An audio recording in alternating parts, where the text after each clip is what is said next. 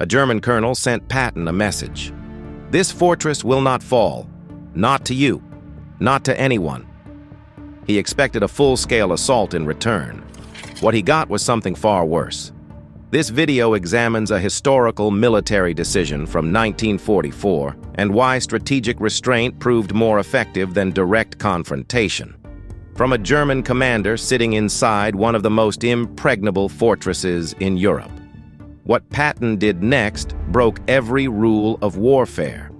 And it worked. September 1944, Eastern France. Patton's Third Army is racing across Europe. Unstoppable, crushing everything in its path. In 3 months, they've liberated more territory than any army in history. Town after town falls. German units surrender without firing a shot. The war feels almost over. Then they reach Metz, and everything stops. Metz isn't just a city. It's a nightmare built over 800 years. The French built the first fortifications in the 1700s. Stone walls, moats, bastions. Then the Germans took it in 1870, reinforced everything, added artillery positions. After World War I, they did it again. Concrete, steel, underground complexes. By 1944, Metz is a ring of 43 interconnected fortresses. Concrete walls 10 feet thick, underground tunnels stretching for miles, interlocking fields of fire covering every approach. Military historians call it the most fortified city in history. Napoleon couldn't take it. Neither could the Prussians.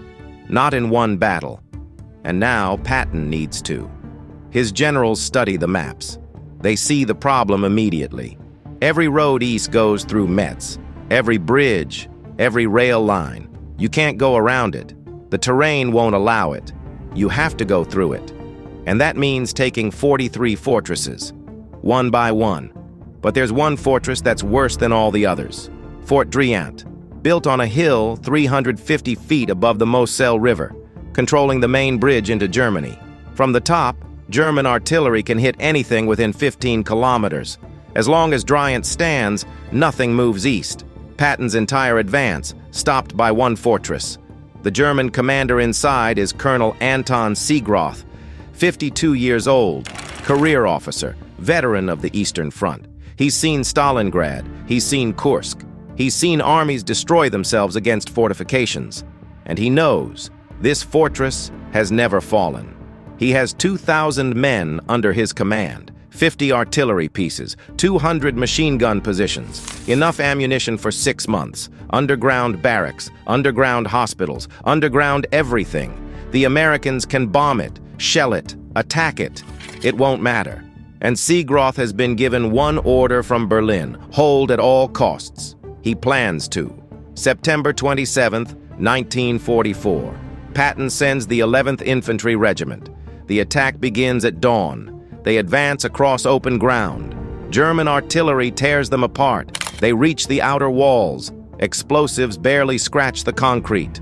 8 hours of fighting, 200 American casualties, 0 progress. Patton is furious. He sends more troops, better equipment, air support. October 3rd, second assault. This time they make it inside, into the underground tunnels.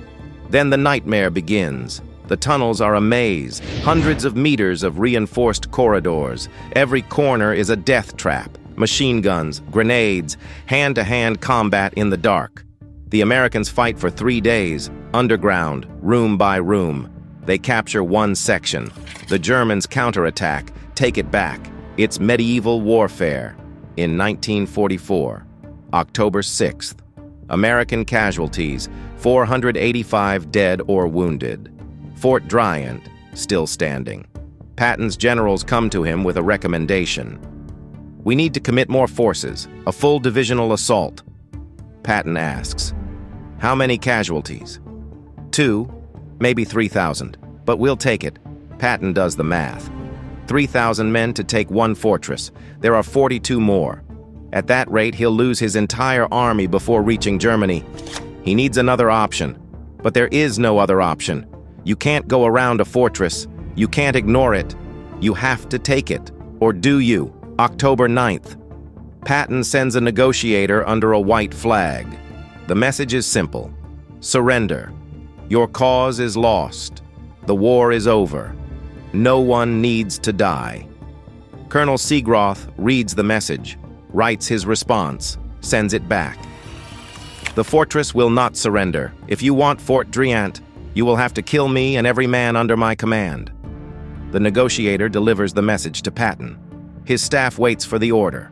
Full assault. Maximum force. Patton reads it twice. Then he smiles. No, he says. Sir, I'm not going to kill him. I'm not even going to fight him. Then what are we going to do? We're going to leave. The room goes silent. His officers think he's joking. He's not. October 10th. Patton issues the order. Pull back from Fort Driant. Leave a small observation force, not enough to attack, just enough to watch. The rest of the Third Army? Bypass Metz entirely. Go around. Keep moving east. His generals are shocked. You can't just ignore a fortress. It controls the roads, the bridges, the river crossings. Patton. It doesn't control anything if I'm not using those roads. He charts a new route. Rougher terrain, longer distance, but it avoids Metz completely.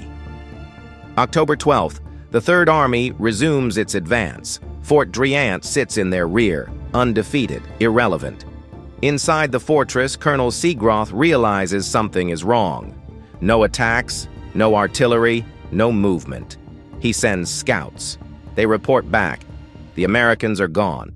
Not retreating, not regrouping. Gone. Moving east, leaving Metz behind. Siegroth faces a new reality. He's sitting in an impregnable fortress with 2,000 men. Enough ammunition for months. Guarding, nothing. The Americans aren't coming. The war is passing him by. He's won the battle, and it means absolutely nothing. Days pass, then weeks. No supplies arrive. The roads are cut. The bridges are controlled by Americans to the north and south. Siegroth's garrison is an island, surrounded by territory Patton already controls. Every day the reports come in. American troops, 50 miles east, 75 miles, 100 miles. Fort Driant sits untouched, forgotten. November 1944. The supply situation becomes critical. Ammunition doesn't matter if there's nothing to shoot at. Food does. Morale collapses. The men realize the truth. They're not defending anything. They're just waiting to starve. November 8th. A month after Patton bypassed them, Colonel Siegroth sends a message. Through Red Cross channels, Fort Driant is ready to negotiate surrender. The response comes back. Not from Patton. He's in Germany now. From a lieutenant colonel, a garrison commander, someone whose name nobody remembers, because Patton didn't even care enough to handle it personally. November 12th. Fort Driant surrenders. 2,000 German soldiers march out. Undefeated in battle, irrelevant in war.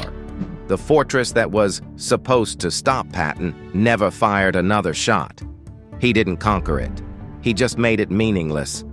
Word spreads through the German command about the fortress that surrendered without losing, about the general who won without fighting, about Patton. Other German commanders take note. When Patton approaches their positions, a new calculation emerges. Do we want to be Fort Driant? Holding ground heroically. While the war moves on without us, many choose surrender instead. But here's what made it brilliant. Patton didn't just beat Fort Driant, he broke the psychology of fortress warfare. For centuries, the rule was simple. You must take the fortress. Patton rewrote the rule. Only if the fortress matters.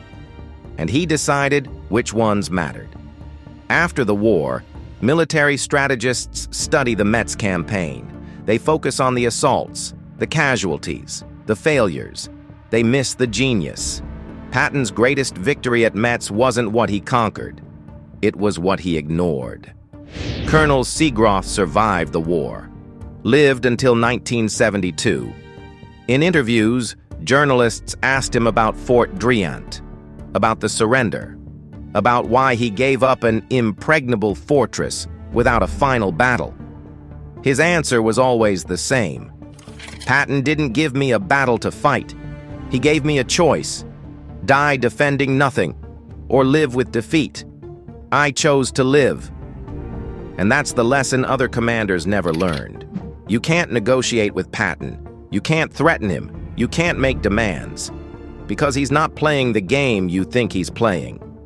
When Siegroth said, "You'll have to kill me," he thought he was in control. He thought he was setting the terms, forcing Patton to pay in blood for every inch.